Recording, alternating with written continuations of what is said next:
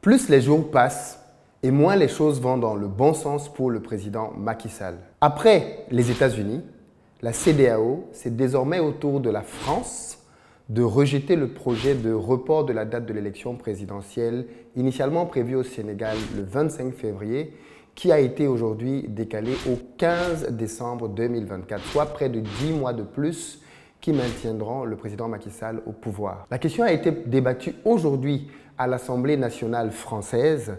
Un député a directement posé la question au ministre de l'Europe et des Affaires étrangères qui a répondu sans aucun détour. Écoutez vous-même.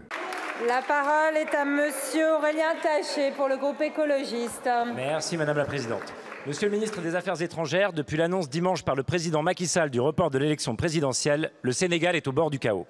Alors que depuis plus d'un an, il a multiplié les manipulations pour influer sur sa succession, c'est le principe même de celle-ci qui n'est maintenant plus garanti. Il a d'abord laissé planer le doute sur sa volonté de briguer un troisième mandat, quand la Constitution lui en autorise 2, puis a renoncé face à la colère populaire. Le pouvoir sénégalais a alors multiplié, dans une pure logique de lawfare, les procès contre son principal opposant, Ousmane Sonko, qui a finalement été déclaré inéligible pour avoir diffamé l'un de ses ministres. Mais les différents partis d'opposition n'ont pas renoncé. Sentant l'élection à haut risque pour son dauphin, Macky Sall est alors passé en force et a fait adopter une loi qui reporte les élections de la fin du mois à la fin de l'année. Cette loi proscrit aussi désormais la procédure des parrainages citoyens, éliminant ainsi tous les candidats légalement désignés par le peuple. Monsieur le ministre, au-delà de son contenu antidémocratique, vous avez vu, comme moi, les conditions dans lesquelles cette loi a été adoptée. En l'absence des députés d'opposition, que la police a fait évacuer de force de l'Assemblée. Le 23 juin 1789, au nom de ses collègues refusant d'obéir au roi, Mirabeau a prononcé ces fameux mots. « Allez dire au roi que nous sommes ici par la volonté du peuple et que nous n'en sortirons que par la force des baïonnettes. » Eh bien, monsieur le ministre, c'est exactement ce qui est arrivé aux députés sénégalais. Certains ont d'ailleurs été encore arrêtés hier et face à cela, la France, patrie de la démocratie et malgré un douloureux passé colonial, grande amie du Sénégal, ne peut rester silencieuse. Alors que nos échecs sur lesquels ont prospéré nos ennemis nous ont totalement marginalisés au Sahel, notre voix, la vôtre, est plus que jamais attendue à Dakar. En recevant Macky Sall à l'Élysée en novembre dernier, le président Macron avait semé le trouble. Mais peut-être avait-il encore le bénéfice du doute. Celui-ci n'est désormais plus permis. Alors, comme démocrate et internationaliste convaincu, je crois connaître votre engagement, monsieur le ministre, et surtout comme ministre de la France, condamnez-vous clairement le coup d'État institutionnel en cours au Sénégal et appelez-vous, comme l'Union africaine et la CEDEAO, au maintien des élections le 25 février prochain. Je vous remercie. Je vous remercie. La parole est à monsieur Stéphane Séjourné, ministre de l'Europe et des Affaires étrangères. Merci, Madame la Présidente, Monsieur le député Aurélien Taché. Nous suivons la situation au Sénégal avec une très grande attention. La décision de reporter de près de 10 mois l'élection présidentielle et d'allonger d'autant le mandat du président plonge le Sénégal dans une période d'incertitude politique majeure. C'est une situation très préoccupante. Nous appelons les autorités à préserver la longue et solide tradition démocratique et à garantir l'ensemble des libertés publiques. Vous le savez, le gouvernement doit répondre aux aspirations légitimes de sa population et notamment de sa jeunesse. Et je sais que nous partageons également ce point de vue. Le peuple sénégalais doit pouvoir choisir librement ses dirigeants, conformément aux règles de l'état de droit, de la démocratie sénégalaise. Et nous appelons les autorités à organiser l'élection présidentielle le plus rapidement possible, conformément à la Constitution du Sénégal. C'est ce que les pays, et vous l'avez mentionné, d'Afrique de l'Ouest ont rappelé hier. C'est ce que je veux dire également ici. Nous nous engagerons avec tous les acteurs, les responsables de la société civile, les oppositions, le parti également présidentiel, dans cette voie et dans cet engagement au dialogue, en tout cas avec force et fierté. Le Sénégal doit rester démocratique. Je vous remercie, monsieur le ministre.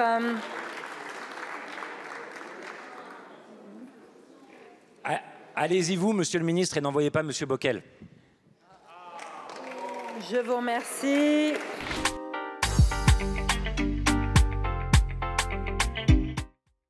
Salut à toi, bienvenue sur ma chaîne, moi c'est Philippe Simo. Ici je te parle de business parce que c'est avec ça qu'on va développer notre continent.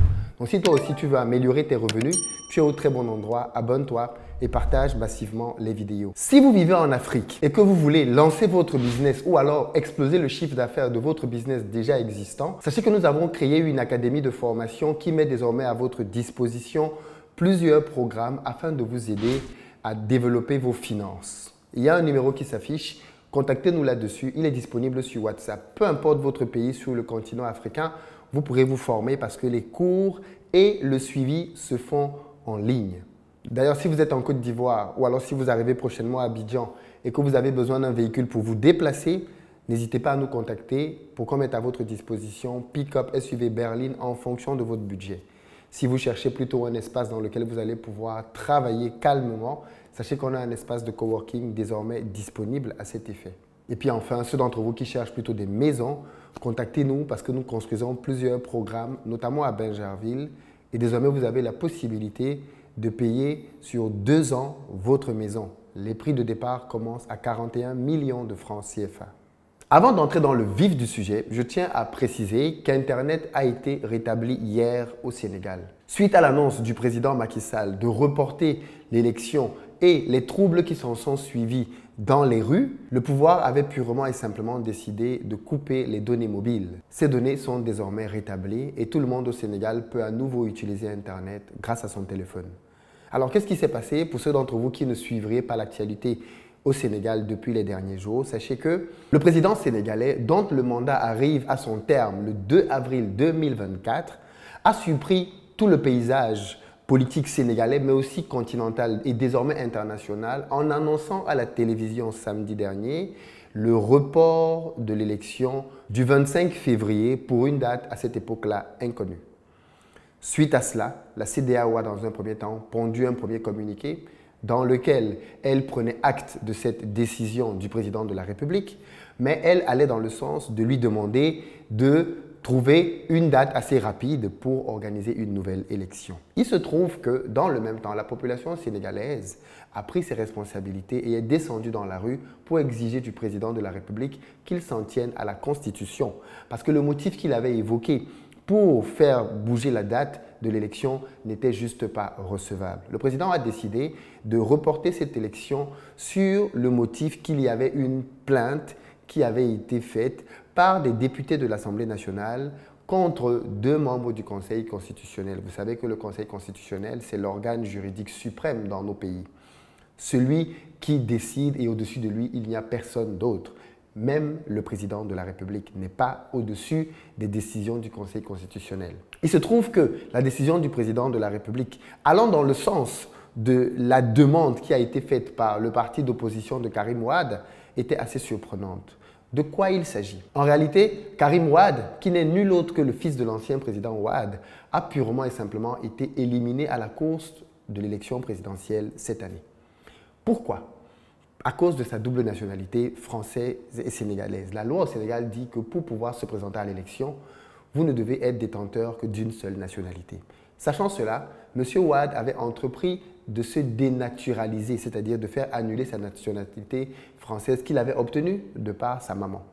Problème pour M. Wade, cette annulation n'a pas été effective au moment du dépôt de sa candidature. Il a donc commis un parjure. En d'autres termes, il a menti en disant qu'il était 100% sénégalais, alors même que son processus de radiation était encore en cours. Malheureusement pour M. Wade, quelqu'un a découvert la supercherie et a porté la nouvelle auprès du Conseil constitutionnel qui, face à cette évidence-là, a décidé purement et simplement d'exclure M. Wade du processus électoral.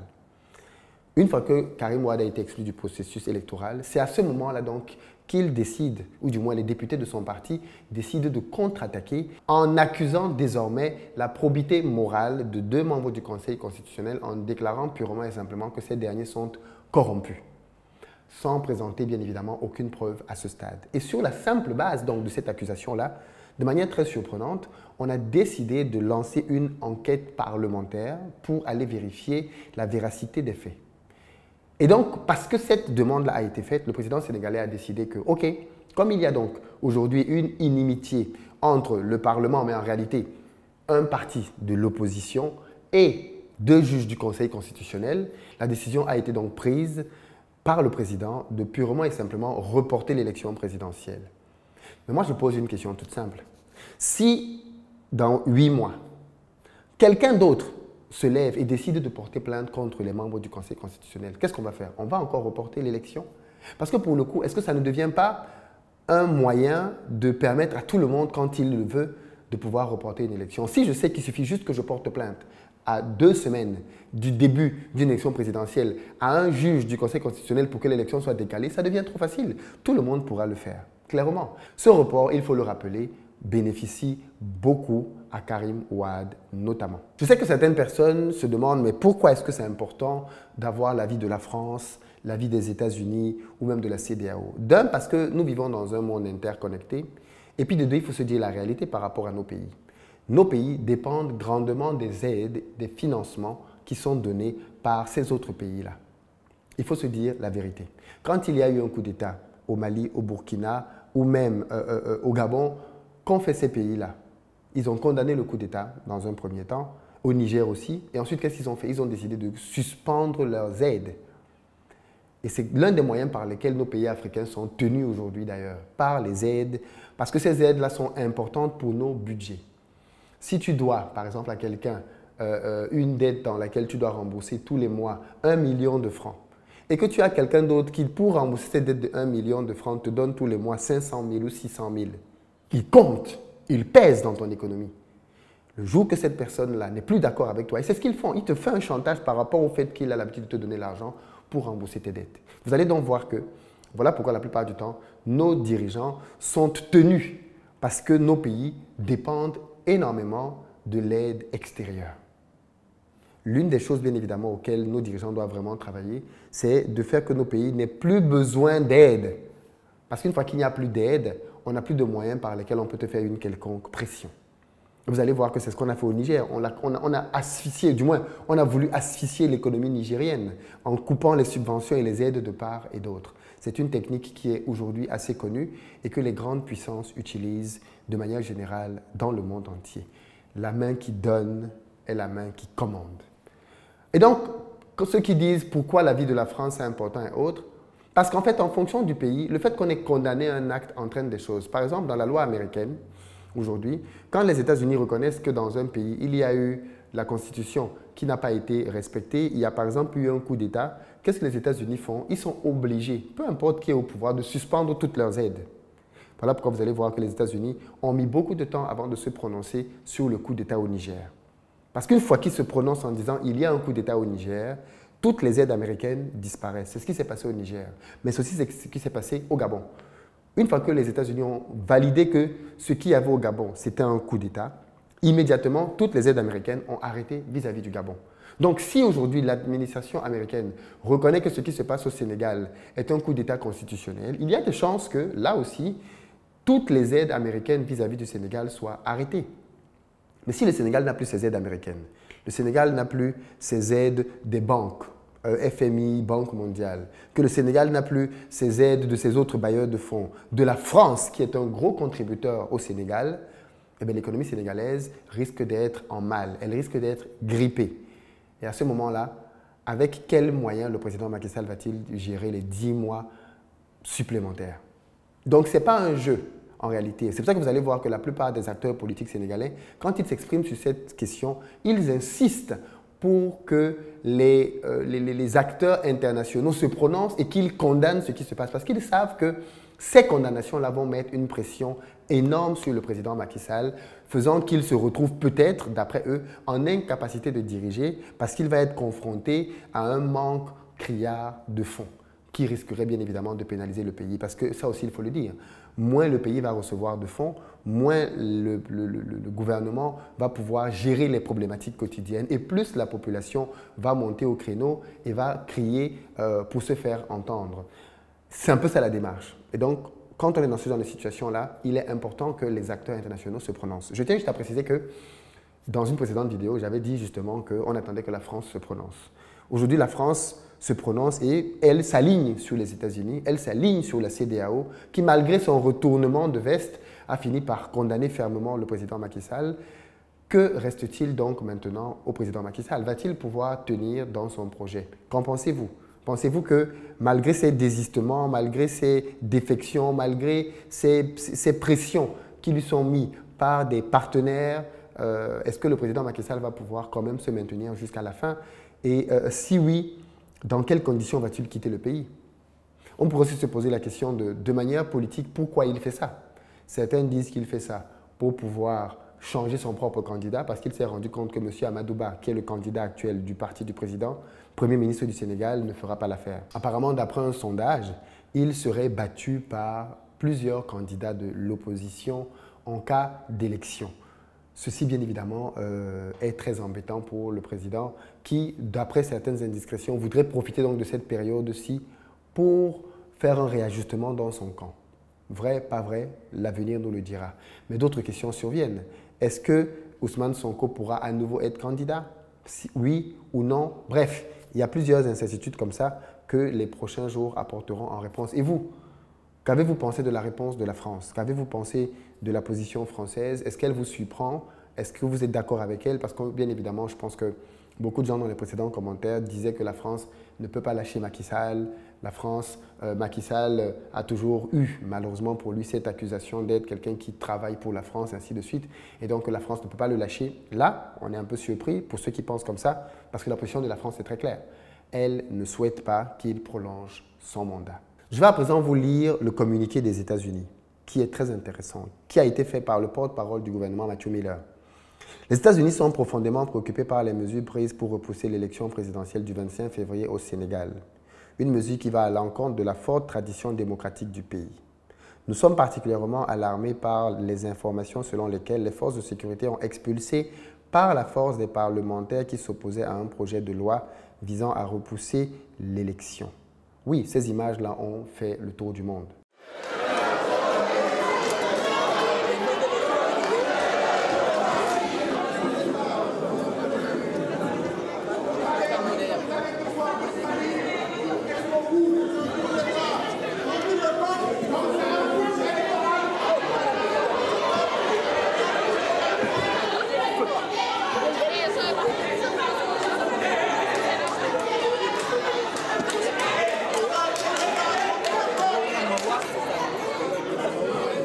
C'est assez particulier de voir la gendarmerie entrer dans un hémicycle pour sortir des parlementaires malus militari. Suite donc à cela, les États-Unis disent « Dès lors, compte tenu des conditions dans lesquelles il s'est déroulé, le vote de l'Assemblée nationale ne peut être considéré comme légitime. » Les États-Unis demandent instamment au gouvernement du Sénégal d'organiser l'élection présidentielle conformément à la Constitution et aux lois électorales. Nous demandons également au gouvernement sénégalais de rétablir immédiatement l'accès à Internet et de veiller à ce que les libertés de réunion pacifique et d'expression, y compris par les membres de la presse, soient pleinement respectées. On va dire que la demande des États-Unis a été écoutée. Je ne sais pas si c'est suite à ça. En tout cas, Internet a été rétabli. Les États-Unis continueront de dialoguer avec toutes les parties et les partenaires régionaux dans les jours à venir. Ça, c'est le message des États-Unis qui est assez clair par rapport à sa position vis-à-vis de ce qui se passe au Sénégal. L'autre communiqué qu'il faut lire, c'est celui de la CEDEAO, qui dans un deuxième communiqué a eu la coudée franche. Le communiqué dit « La Commission de la Communauté économique des États de l'Afrique de l'Ouest suit avec préoccupation l'évolution de la situation au Sénégal. Elle déconseille toute action ou déclaration qui pourrait aller à l'encontre des dispositions de la Constitution du pays et rappelle à la population et à la classe politique leur responsabilité dans le maintien de la paix et de la stabilité dans le pays. La commission de la CEDEAO encourage la classe politique à prendre de toute urgence les mesures nécessaires pour établir le calendrier électoral conformément aux dispositions de la Constitution du Sénégal. En ces temps difficiles pour le pays et la région, la Commission lance un appel à toutes les parties prenantes pour qu'elles renoncent à la violence et à toute action susceptible de troubler davantage la paix et la stabilité du pays. Elle exhorte les forces de l'ordre à faire preuve de la plus grande retenue et à protéger les droits fondamentaux de tous les citoyens. La commission de la CEDEAO restera attentive aux événements et prendra toutes les mesures nécessaires pour accompagner le gouvernement et le peuple sénégalais à maintenir la tradition démocratique du Sénégal. Voilà donc, à ce jour, les différentes instances qui se sont clairement positionnées, toutes dans un seul sens, le rejet de la proposition du président Macky Sall de reporter l'élection. Pensez-vous que l'élection se tiendra le 25 septembre? Qu'est-ce qui vous laisse penser cela? Argumentez dans les commentaires, j'ai hâte de vous lire. À très bientôt.